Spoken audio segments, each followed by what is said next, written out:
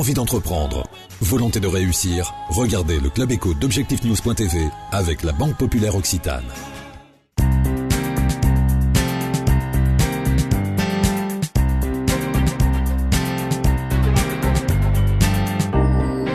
Bonsoir, bienvenue dans le Club Éco d'Objectifnews.tv. Nous recevons aujourd'hui Françoise Dumas. Bonsoir. Bonsoir. Vous êtes vice-présidente du Conseil régional Languedoc-Roussillon, présidente de la Commission du développement économique. Première question que j'avais envie de vous poser, comment se porte l'économie de Languedoc-Roussillon ?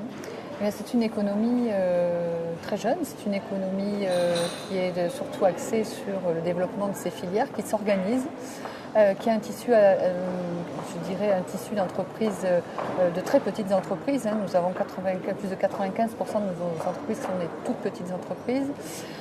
Donc à la fois, ce sont des entreprises très souples, très innovantes, très inventives, et avec bien évidemment les limites. Donc notre souhait, c'est de les aider à la fois à s'organiser, à se développer et à rester bien sûr dans la région.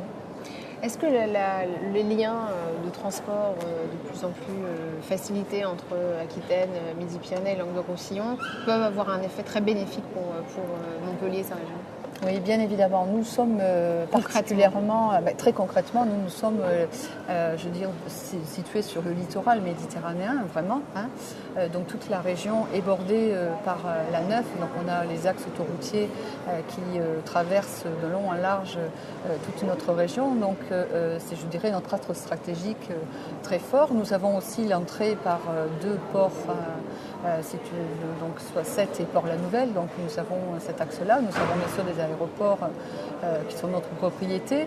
Et nous avons, depuis quelques années, établi toute une stratégie de parcs régionaux d'activité économique qui nous permet sur chaque point du territoire, nous avons 17 parcs d'activité situés sur l'ensemble du territoire, sur des zones à fort développement et bien dispersées et qui ont chaque fois des axes d'approche très spécifiques en fonction de type d'activité économique ou en réalité avec le terrain. Voilà, donc nous avons une organisation territoriale stratégique très intéressante.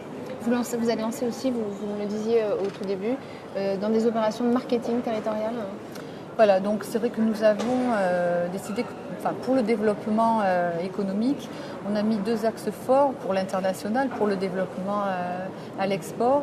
C'était essentiellement d'organiser les petites entreprises justement en filière. En les mettant, nous avons organisé une stratégie autour de 6 filières qui nous permettent, à partir d'entreprises, je dirais, pilotes, d'organiser, notamment on avait une première filière très importante en Languedoc-Roussillon, c'est l'agroalimentaire, la viticulture aussi. Et donc nous avons organisé autour de ces filières donc, tout un travail, une approche collective des entreprises, et donc ça suscite aussi une émulation entrepreneuriale et d'organisation. Voilà. Donc nous avons cette filière-là et nous avons aussi créé une marque territoriale, donc on fait du marketing territorial pour l'export aussi.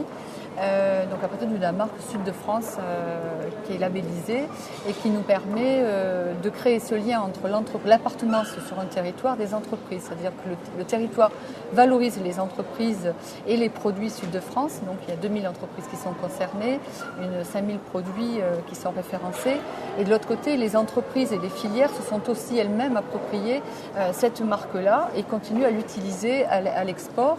Nous avons développé aussi des maisons à l'export sur un certain nombre de territoires, à New York, à Shanghai. On va en ouvrir une maison aussi à Casablanca et une à Londres. Donc nous avons aussi toute une stratégie qui permet aux entreprises donc, de se sentir appartenir à un territoire et d'être valorisées par ce territoire. Merci Françoise Dumas. Je vous en prie.